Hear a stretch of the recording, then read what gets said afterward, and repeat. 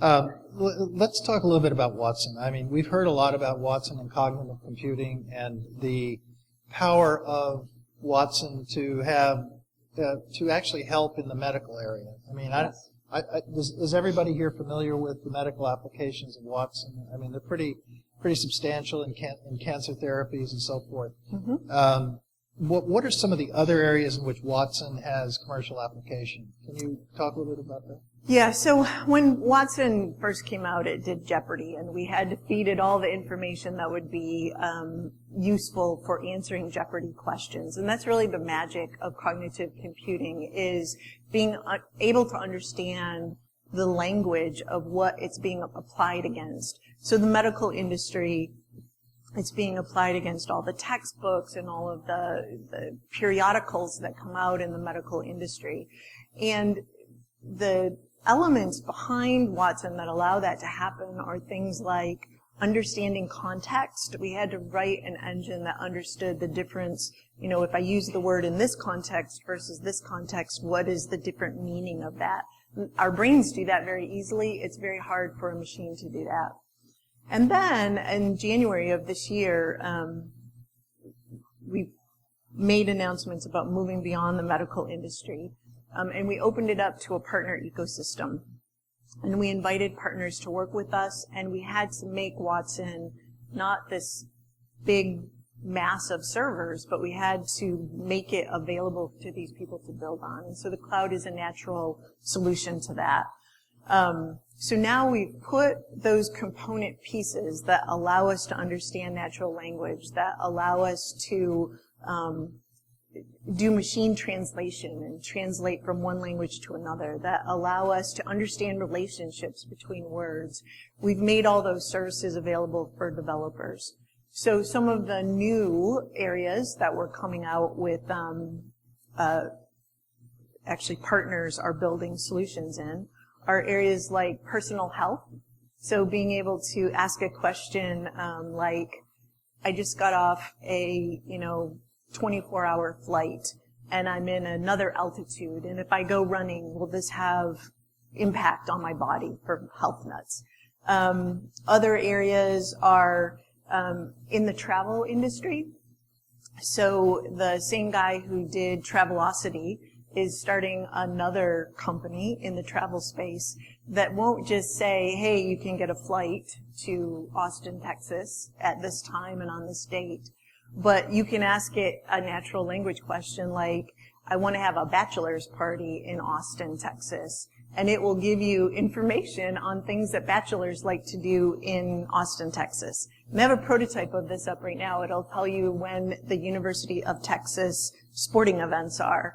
There's some racetrack thing down there that they think would appeal to people having bachelor parties, and it'll give you the best place to sit. So it takes all that information like that's out there from TripAdvisor, from airlines, from local places that are in Austin, and it brings it all together, and based on your question, it will give you back much more information. So travel is another one. The USAA, so financial institutions, to give better customer service to the people banking with them, understanding everything about that person instead of just the individual transaction that they're asking about right now.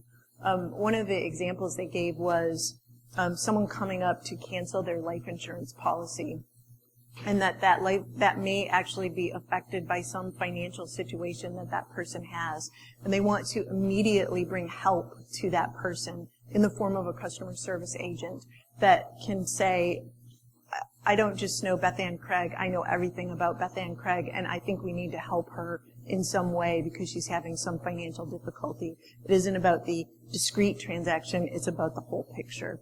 So those are some of the areas that we're moving into. So really the sky's the limit here with Watson. And I've also heard that Watson services are now broadly available on Bluemix. Can you comment about, first of all, talk a little bit about Bluemix and where it's headed, but also how Watson works on Bluemix? I mean, what do you have, components of Watson on Bluemix? We do. So a few weeks ago, we put about 7 of the components up there so developers can begin to take advantage of them. Bluemix, as I said, is a developer platform. It's very tuned to building or composing applications. We have everything from runtimes up there to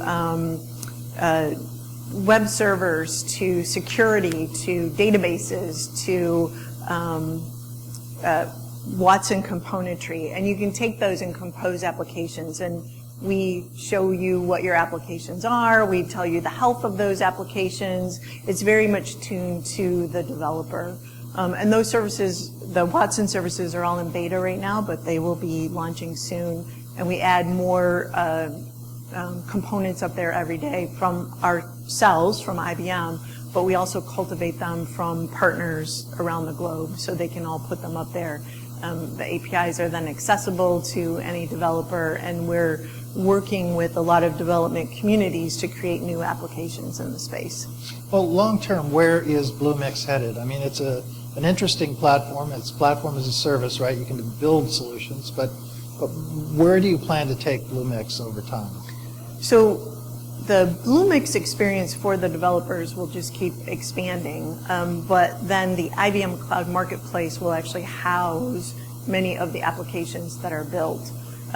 We have partner applications in there today, people who have already built on our cloud services before, and Bluemix just makes it that much easier. So when you go to the Cloud Marketplace, you'll be able to find finished end user applications as well as go into the Bluemix developer